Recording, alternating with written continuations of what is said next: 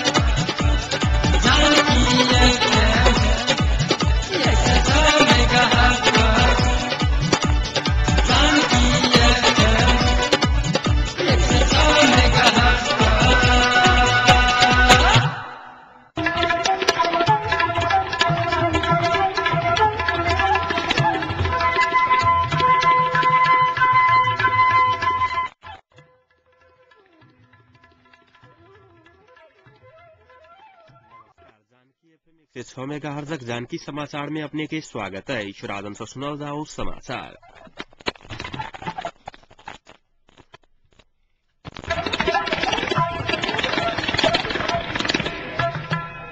एखनु का मुख्य समाचार।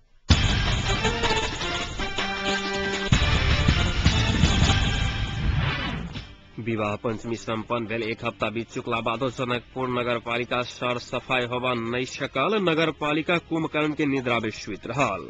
सिराहा में 4 लाख भारतीय रुपया सहित 2 गोटे युवक पुलिसक नियंत्रण में। चितवन में फिर से हाथी के आतंक।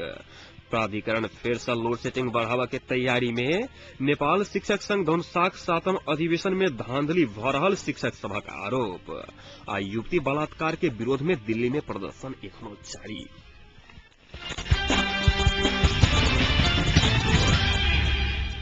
विवाह पंचमी महोत्सव सम्पन्न भेला एक हप्ता बीत चुकला बादो जनकपुर में सरसफाई होब नहीं सकला कारण दुर्गंध बढ़ला से बाधघाट में चल में समस्या भलाई है। जनकपुर का मुख्य तथा गली के सड़क समय जथाभावी रूप में लगाओल गेल फोहर आ गंदा पदार्थ सबसे दुर्गंधक कारण बाधघाट पर चल में समस्या बढ़ल स्थानीय वासी सब उपराग व्यक्त कला है। जनकपुर का 12 बीघा अंचल अस्पताल रोड 0 माइल से मुजरिया धैर्य जनकपुर स्टेशन एरिया लगाए तक सड़क समय जथाभावी रूप में लगाओल गेल फोहर आ गंदगी के कारण बाट में चल के अवस्था नहीं रहल। जनकपुरा का पिराड़ी चौक रहनिहार विष्णु मंडल जानकारी दे सलखिन। विवाह पंचमी मेला सम्पन्न भेल एक हप्ता बीत चुकला के बाद संबंधित निकाय सरसफाई दिस कोनो ध्यान नहीं दहला कारण मंडल एहन आरोप लगाए सलखिन। महोत्सवक लेल संबंधित निकाय आ नगरपालिका पूर्व तैयारी अनुसार ठाम ठाम में अस्थायी शौचालय आ न्यू उपाय सब नहीं अपनौला कारण मेला में सहभागी होबा आयल लोकसभा का जथाभावी सड़के कात में शौच बनौले छल। मुदा सरसफाई की जिम्मेवारी लेने जनकपुर नगरपालिका विवाह महोत्सव सम्पन्न भेला के बाद सरसफाई में कोनो चाखनी देखाकर कुंभकर्ण की निद्रा में सुतला कारणे जनकपुर नगरपालिका दिन दिने दुर्गंध बढ़ा के संगे एतुका वातावरण सेहो खराब भरला से विभिन्न रोग सबके संक्रमण होबा सकला चिकित्सक के कहब रहला अछि।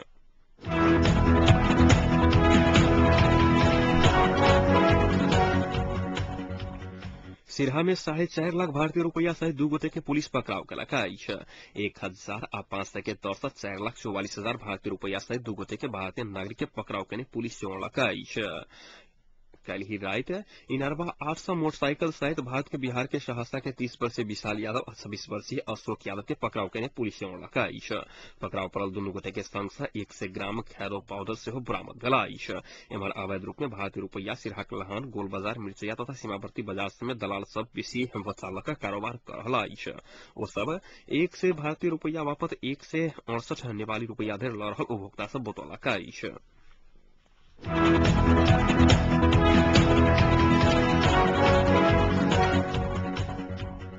सत्तारूढ़ दल सभी सरकार गठन के विषय में विवाद देखल गला। वर्तमान सरकार के निरंतरता देबाक, ऐसे पहिने के आड़ान में कायम रहबाक वा कांग्रेस के नेतृत्व के सरकार के समर्थन करबाक बात में सत्तारूढ़ दल सब फरक फरक धारणा व्यक्त कलका। संघीय गणतांत्रिक लोकतांत्रिक गठबंधन के अध्यक्ष पुष्पकमल दाहाल प्रचंड संविधान सभा के निर्वाचन वैशाख में सुनिश्चित कर सरकार छोड़ा प्रभाग बतौला बादो प्रधानमंत्री डॉक्टर बाबूराम भट्टराय मधेसी मोर्चा में रहल दल पैकेज में सहमति हो प्रभाग अड़ान रखने आइश। वैशाख में सरकार गठन संबंध में फरक फरक धारणा अला के बाद अनलता पड़ आइश।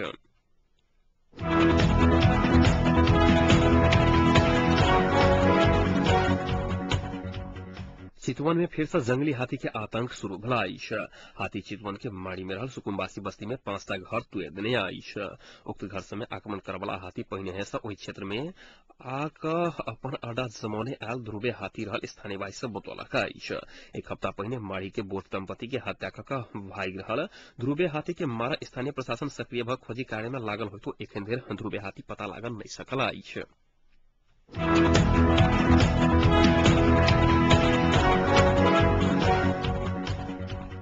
नेपाली कांग्रेस संस्थापक नेता कृष्ण प्रसाद भट्टराय के 89वीं जन्म जयंती आई भव्यता के संग मनाउल गला। उनके स्मरण में उनके नाम में सरकार स्थापना केने ललितपुर के वाने गांव स्थित आश्रम में एकटा कार्यक्रम कैने छल। नेपाली राजनीति में निष्ठा ईमानदारिता के प्रेरणा के रूप में चिन्हायल जाय वाला संत नेता भट्टराय के जन्म सन 1924 में भारतक बनारस में भेल रहा। पिता शंकटा प्रसाद आ माता ललिता देवी के कोख से जन्मल भट्टराय राणा आ पंचायत विरुद्ध अनावरण संघर्ष करने के क्रम में लंबा समय जेल जीवन बिताए छलखिन। 2046 साल के जन आंदोलन सफल भेलाक बाद उनके नेतृत्व में 2047 साल के संविधान देश प्राप्त करने छल त देश संसदीय प्रजातंत्र के अभ्यास करने छल। 2047 साल वैशाख 6 गते गठित अंतरिम संविधान संस्कार अंतरिम सरकार आ 2056 साल के निर्वाचन के बाद वो 2 बेर देश के प्रधानमंत्री बनल छलखिन। संत नेता नाम से हो परिचित रहल भट्टराय के 2067 साल फाल्गुन 20 गते निधन भेल छलैन।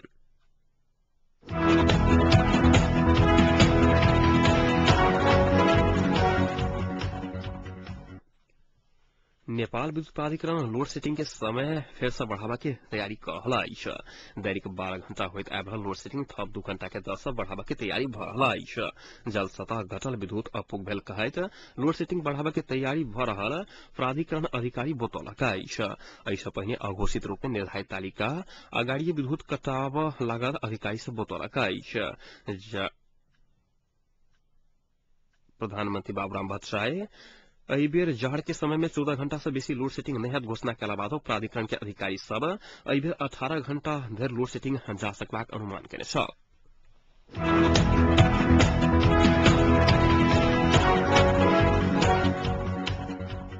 नवलपरासी के कावाशेती में रवि दिन भोर में एक निजी विद्यालय में बाघ पिछलाक बाद स्कूल बंद भेल आइश। आई अचानक विद्यालय में बाघ पिछलाक बाद स्कूल बंद कयल गेल छल।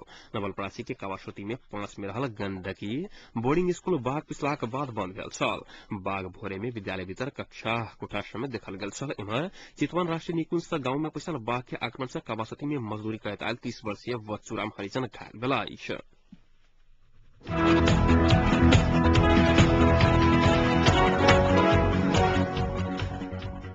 यह पुष 25 गते से होबा जा रहल नेपाल शिक्षक संघ धुमसाक 7म अधिवेशन धल निपुण तरीका से होबा जा रहल किछु शिक्षक समूह सब आरोप लगौलक आइश।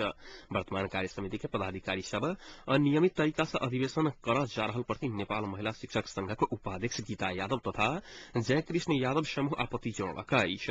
वर्तमान कार्य समिति से अधिवेशन के लिए विरोध आबि रहल समय समिति के किछु पदाधिकारी सबक मिलीभगत में अवैधानिक तरीका से अधिवेशन होबा जा रहल आरोप लगाओल गेल छै। समूह शिक्षक नहीं रहल व्यक्ति सबके गलत तरीका से संघ के सदस्यता देने आरोप लगौने छैक। संघ में भेल खर्च के विवरण प्रस्तुत नहीं कर अपारदर्शी रूप से प्रस्तुत कयल गेल विज्ञप्ति में उल्लेख कयल गेल आइश। समूह गैर शिक्षक सबके सदस्यता दक शिक्षक के सदस्यता से वंचित कयल गेल आरोप लगबैत एहि के विरुद्ध अपने सब कड़ा से कड़ा आंदोलन करब बतौनी आइश।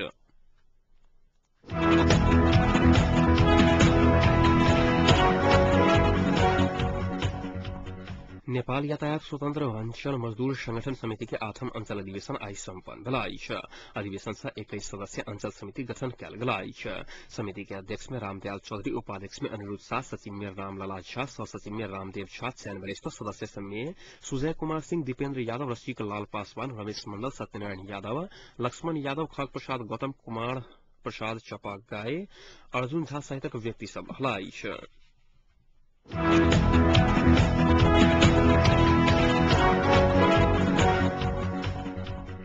बढ़ैत गेल शीतलहरी के कारणे ठंडा से कठुआ के मोहतरी में थप 2 गोटे के मृत्यु भेल अछि।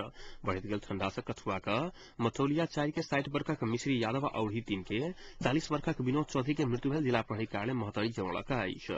शीतलहर आ ठंडा हवा में बाढ़ में पड़कर जाड़क कपड़ा नहीं रहलाक कारणे तथा उचित वासस्थान के अभाव में एहि वर्ष मोहतरी में 6 गोटे के एक दिन मृत्यु भ चुकल पुलिस जनौलक अछि।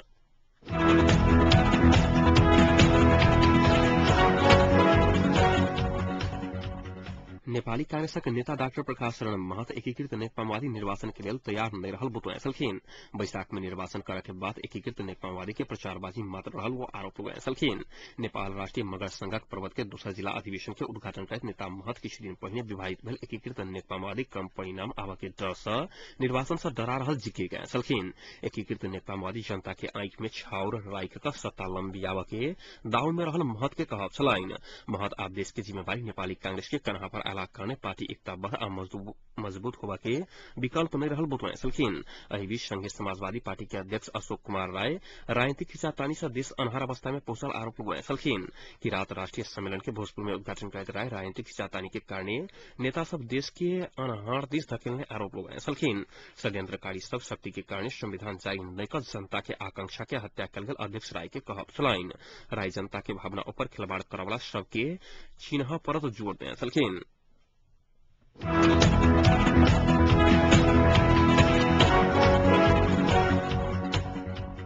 आजुक लेल तय कयल गेल नेकपा एमाले केंद्रीय कमिटी के बैसार पुष 15 गते धरि तक के लेल स्थगित कयल गेल अछि। मुख्य नेता सबके व्यस्तता से बैसार स्थगित कयल गेल एमाले केंद्रीय कार्यालय जनौलक अछि। राष्ट्रीय सहमति के विमर्श आ वार्ता में सहभागी होबा के कारणे नेता सब व्यस्त रहल सेहो पार्टी जनौलक अछि। आजुक बैसार में अध्यक्ष झलनाथ खनाल के राजनीतिक प्रतिवेदन ऊपर विमर्श होबा के कार्यक्रम छल। अध्यक्ष खनाल राजनीतिक संकट समाधान आ एमाले के भूमिका के आधार बनाकर पेश करने प्रतिवेदन में सदस्य सबके कहब राखे के क्रम जारी रहल छल।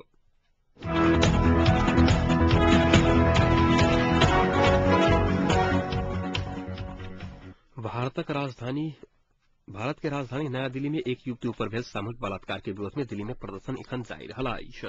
सरकार संविधान के धारा 144 बमोजिम सार्वजनिक स्थान में भेला होबा पर रोक लगौलाक बादो प्रदर्शनकारी सब प्रदर्शन के जारी रखलक अछि। पुलिस दिल्ली स्थित इंडिया गेट तथा विजय चौक में प्रदर्शन कर रहल प्रदर्शनकारी के जबरदस्ती अन्यंत्र सायर रहल बतौलक अछि। शनि दिन राति भेल प्रदर्शन के क्रम में पुलिस आ अन्वयित महिला अधिकार कर्मी बीच झड़प सेहो भेल छल। महिला सबक लेल सुरक्षित चलऽ के व्यवस्था के लेल कसरत आ रहल आश्वासन सरकार दोहरालाक बादो प्रदर्शनकारी सब प्रदर्शन जारी रखलक अछि। ओ सब बलात्कारी सबके मृत्युदंड होबाक मांग करल अछि। बीतल रवि दिन दिल्ली के एक बस में सवार 23 वर्षीय युवती ऊपर सामूहिक बलात्कार भेलाक बाद महिला अधिकार कर्मी आ विद्यार्थी सब सड़क आंदोलन में उतरल अछि। प्रदर्शन के कारण से दिल्ली के 7टा मेट्रो स्टेशन बंद कयल गेल छैक।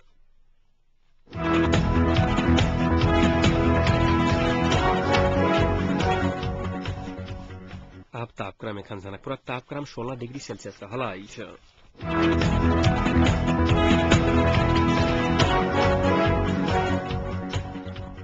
प्रमुख समाचार अंत में पुनः एक बेर फेर सँ।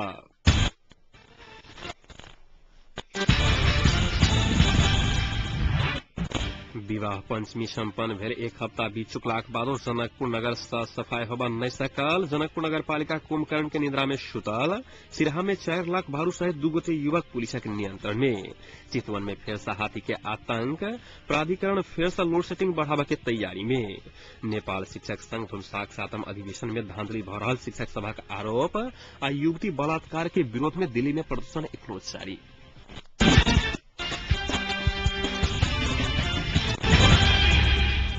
अहिक संग आजुक जानकी समाचार एतै संपन्न होते। समाचार कक्षक संपूर्ण सहकर्मी के संग हमरा सन आज्ञा चाहब। समाचारक दोसर बुलेटिन के संग काल्हि भोर उपस्थित रहबे करब। ताधरि के सुनैत जानकी FM 106 मेगाहर्ट्ज। नमस्कार, शुभ रात्रि।